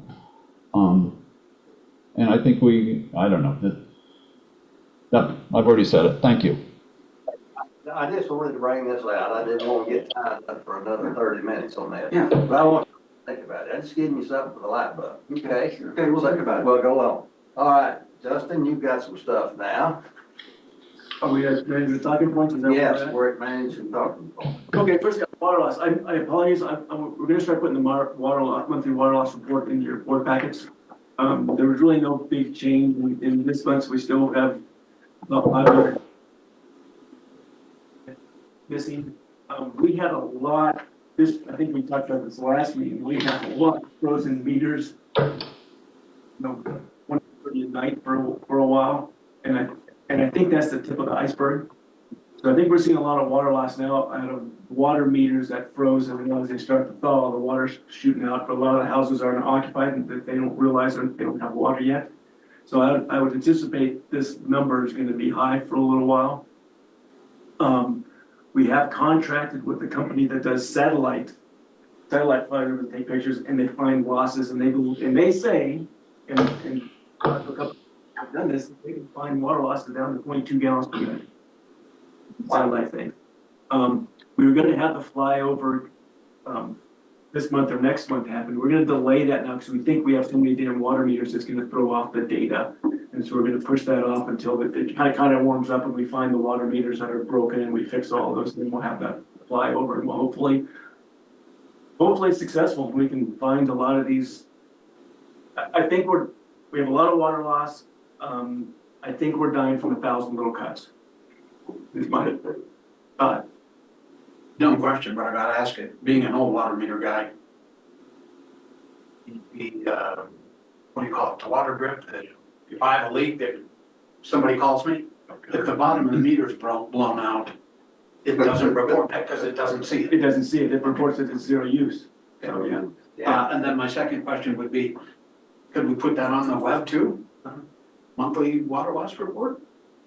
We could, yeah. And one thing we also put on our web is we're asking people when it's cold like this, especially because there's no snow. That's why we're having such a bad problem. There's no snow. It's to have people, especially ones that have your faucet dripping a little bit. It's gonna snow tonight. Yeah, you know, we'll see. Yeah. But it's expensive to fix these. It's you know, takes an hour to 2 to fix them. Sure.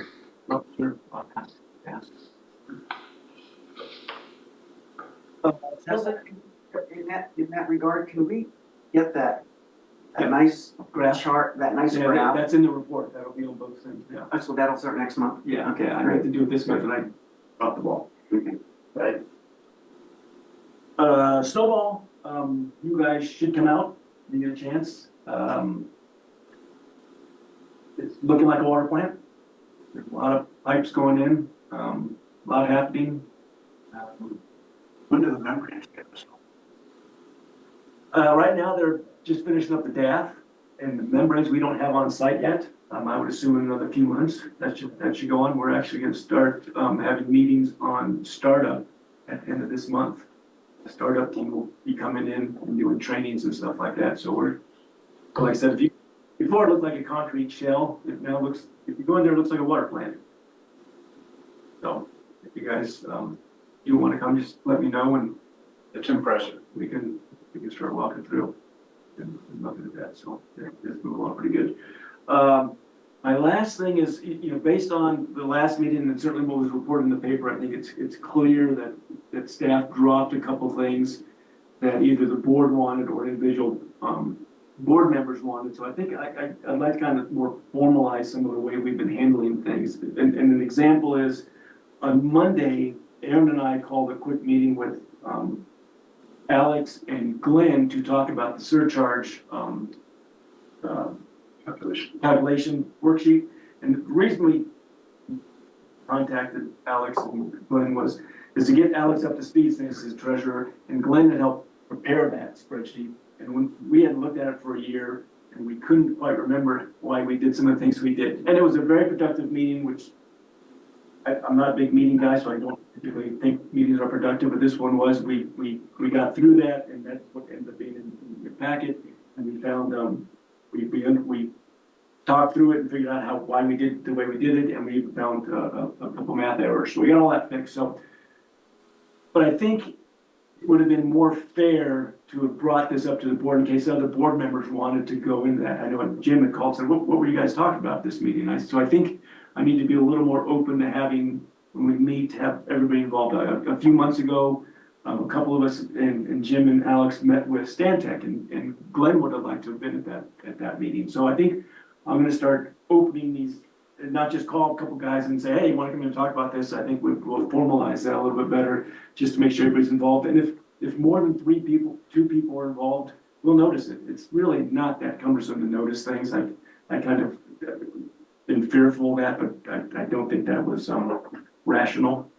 So I think we will do that. I'd also like, when board members want things done with staff to kind of come through me. I mean, a lot of things might have to go through Glenn or Renee or Andy, but I'd like to kind of be involved with what we're directing them to do. But I'm gonna try to, I'd like to kind of more formalize, just to make sure that things don't fall through the cracks, which I think a couple of things fell through the cracks. So if I have a question for Aaron, can I copy you on it? I'd like you to contact me and say, hey, I'd like to contact Aaron and talk to him about X, Y, Z. Anybody else got questions on that, along that line? Renee, what have you got?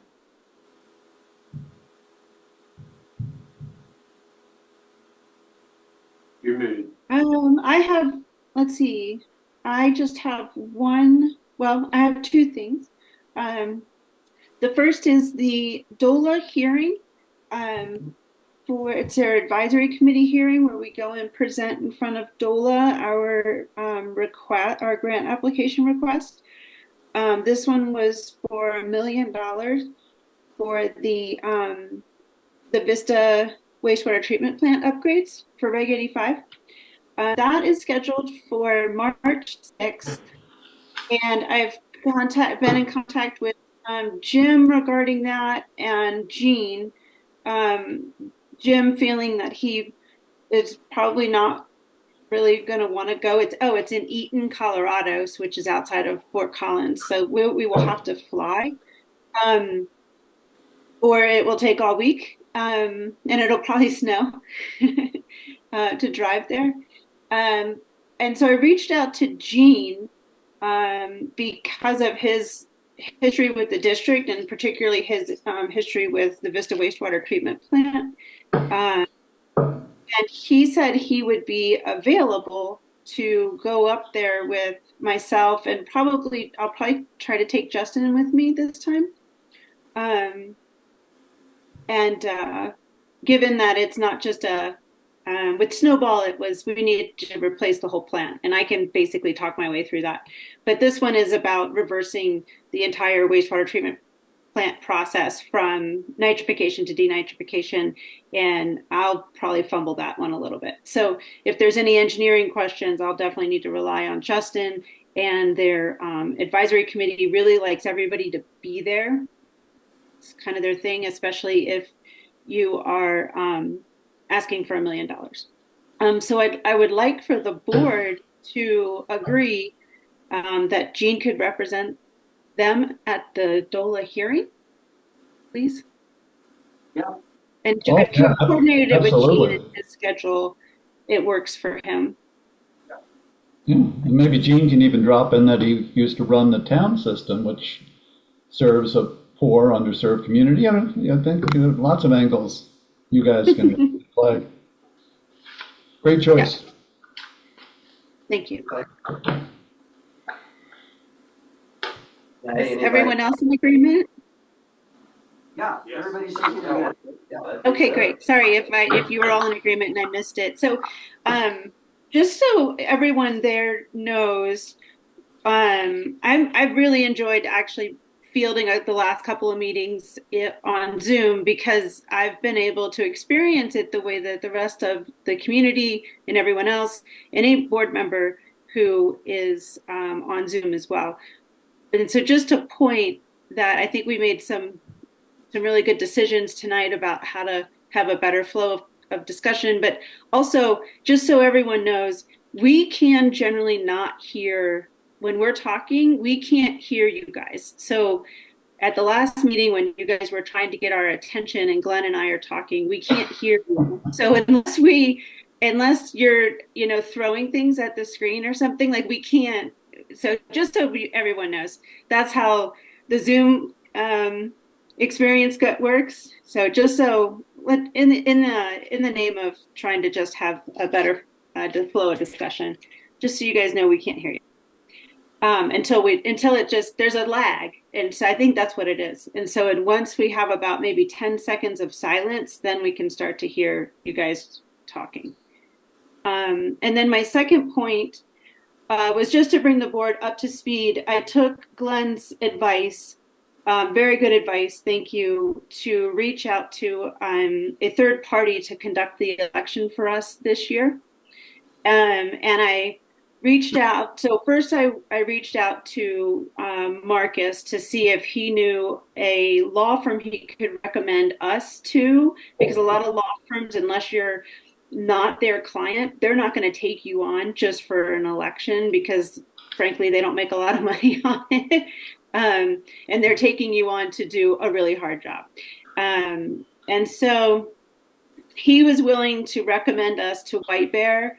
Unfortunately, White Bear didn't have the capacity to take us on. But he did offer me 4 other firms that I've reached out to. I spoke to one, they're all on the Front Range, and I spoke to one at length yesterday. We had a really good conversation. I really like her. She's going to send me a proposal. So if and she's also really flexible. I'm not sure how flexible some of these other ones are in terms of whether they would just straight run the whole thing.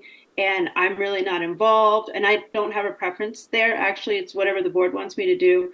But then some of them want to do kind of a hybrid. And so she's open to all of that, which is great. And the three others, I have a call in next week, I believe, with one. And then the two other ones are getting back to me. They weren't sure if they had the capacity to take us on. I'm estimating about 8,000 eligible electors. And that is really what dictates whether they have the capacity for us. A lot of it's paper, honestly, whether they have space in their paper order that they already secured in early January. Typically, when we would go operate through Collins, Cockrell, and Cole in the past, we would have to put in our paper order in early January. So most of those engagement contracts happen in December. So stay tuned.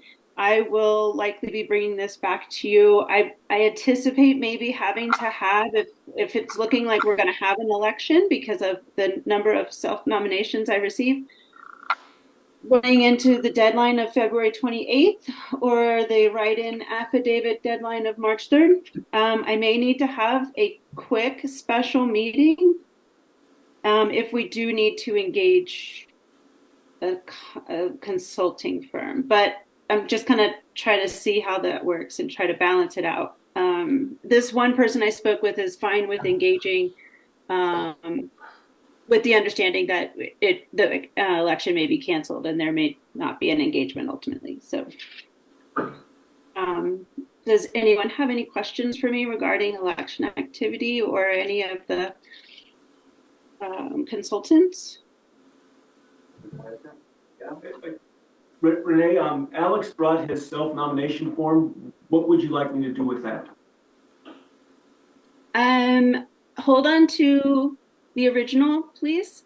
I'll be in next week. So if you could, Aaron, do you mind securing that for us? You're cutting out. I don't get left on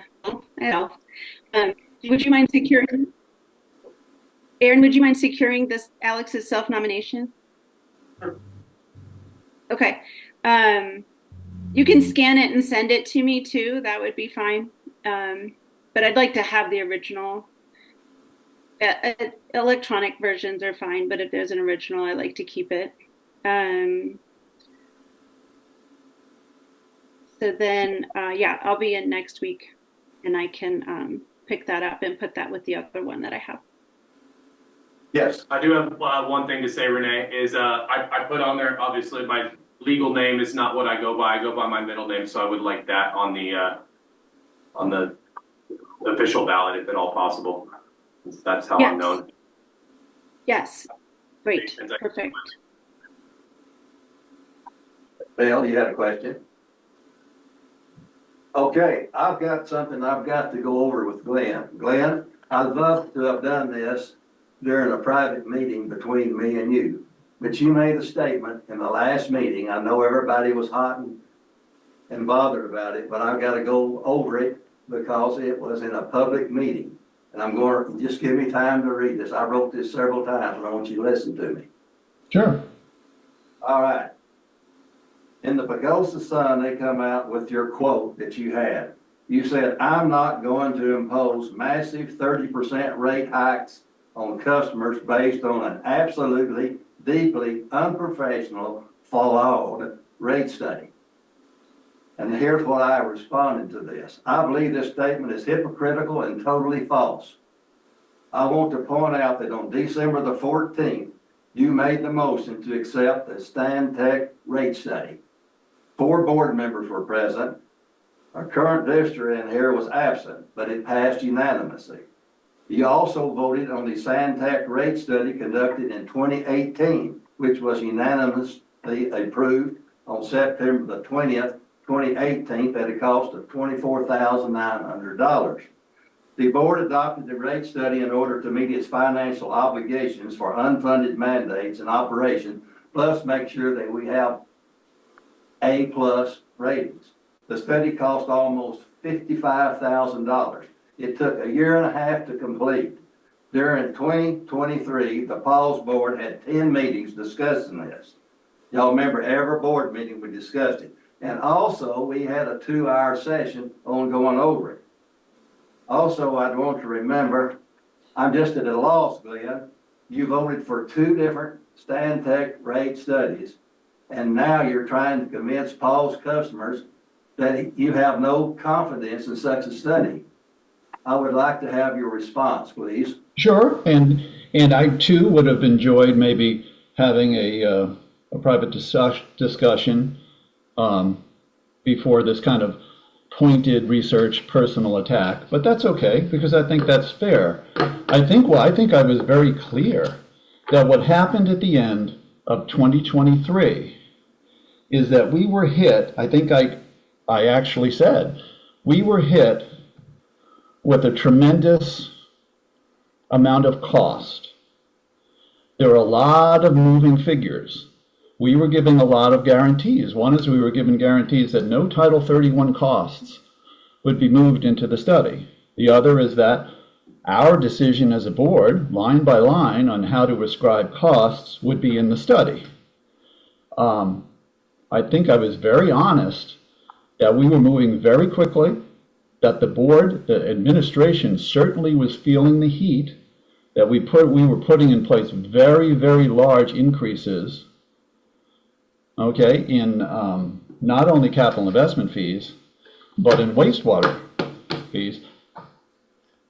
One thing you're not going to note, and we can go back and listen to it, is I said a number of times, 5, maybe 10 times, Jim, in an open public meeting, especially when there were 50 people in that room, and I said the reason why these rates are going up so dramatically is because we've been hit with this unfunded mandate, and we are under pressure right now. We've got $2 million of engineering we have to pay for, and we're trying to pay for this as we go because we're looking down the road at Title 31 costs that might amount to $35 or $40 or $50 million.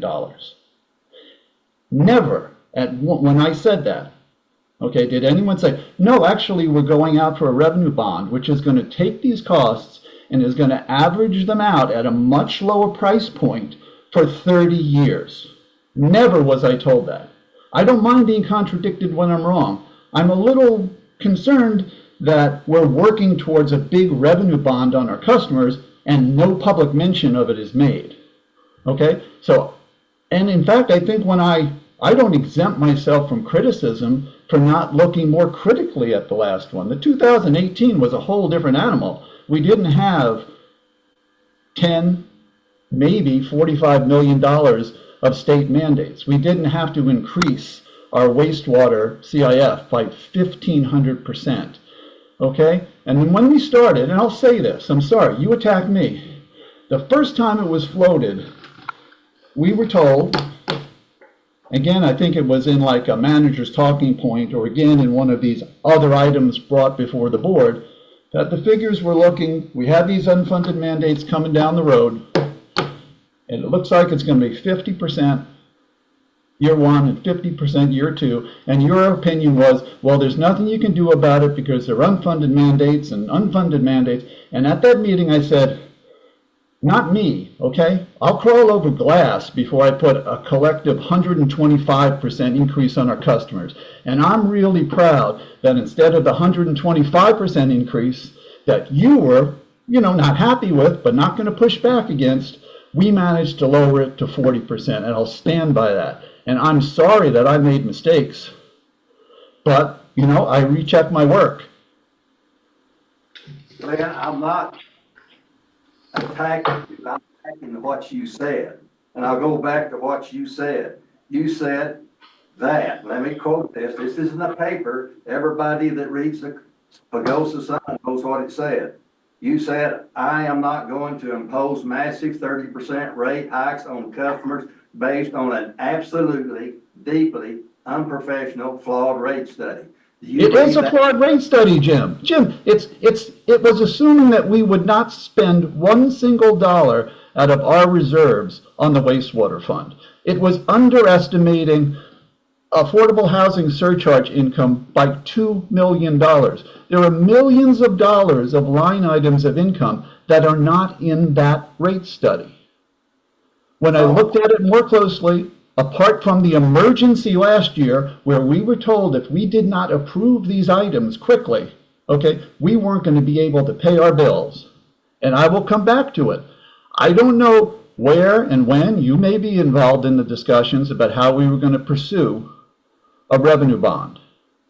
I, in a public meeting, a number of times, including the ones where there were 50 people complaining about these fee increases, where, you know, a lot of other people just sat back and let me take the heat for that, where I explained to them, the reason we have to do this is we have these enormous Title 85, Reg 85 costs. We're trying to pay as we go over the next 5 to 8 years because we need to save our bonding capacity to pay for Title 31. Nobody told me that I was wrong there.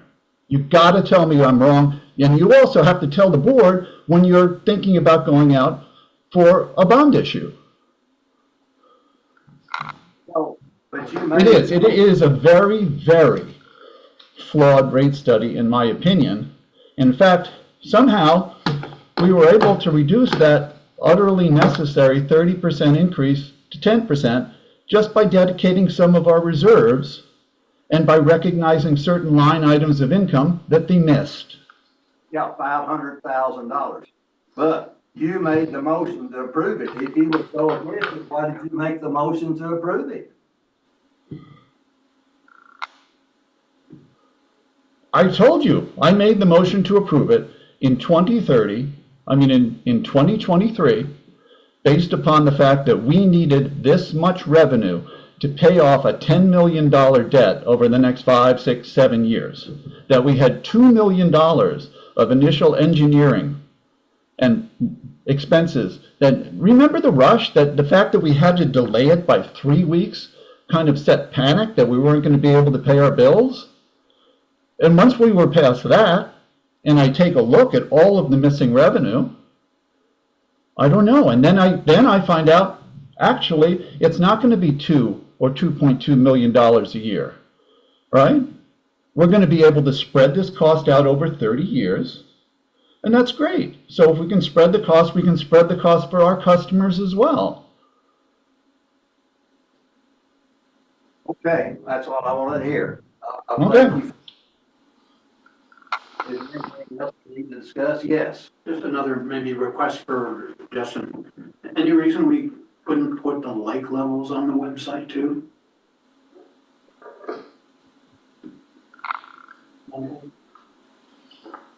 Yeah, I don't think that'd be a problem. I know they're full.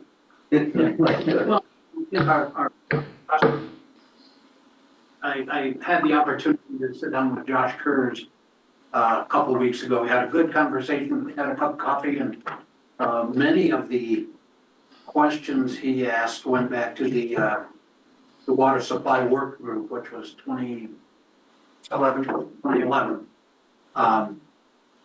Probably the majority of the water supply work group questions and Josh's questions have been addressed. Things have been built, etc. So he felt really, we both felt really good after the meeting. And I just think water loss are something that our customers might be interested in. If it's not a huge task to get them on the website and updated every so often. Yeah, I mean, I don't think that's gonna be a problem. Thanks. Okay. I got a question. Yeah. Mr. Chairman. Yeah. So if you're absent from a meeting, I think I know the answer to this, going back to our new meeting rules. You're absent from a meeting, I'm assuming that Glenn would then be in charge. Yes, if he's not here and he doesn't feel comfortable up there like I did one time on the Zoom, I asked somebody here to take over. Okay. Because sometimes, like we've seen in the Zoom, you don't ever hear everything and you don't get the whole picture. And so I did that. I don't remember who I put in charge. but it worked real well. No, no. No, it wasn't him, it might have been my Paul. I know, he didn't remember. He doesn't remember, but anyway, yeah, that's why we do that. Okay, any other questions, any comments? To, get out and get people to run for the board. Yeah. I'm looking at one right now that I'd like to see run again. Okay, all right, Glenn, anything else? No, nothing here. We adjourn. Okay, I have a motion to adjourn. I got a second. All in favor, say aye. Hi. Motion adjourned. Thank y'all.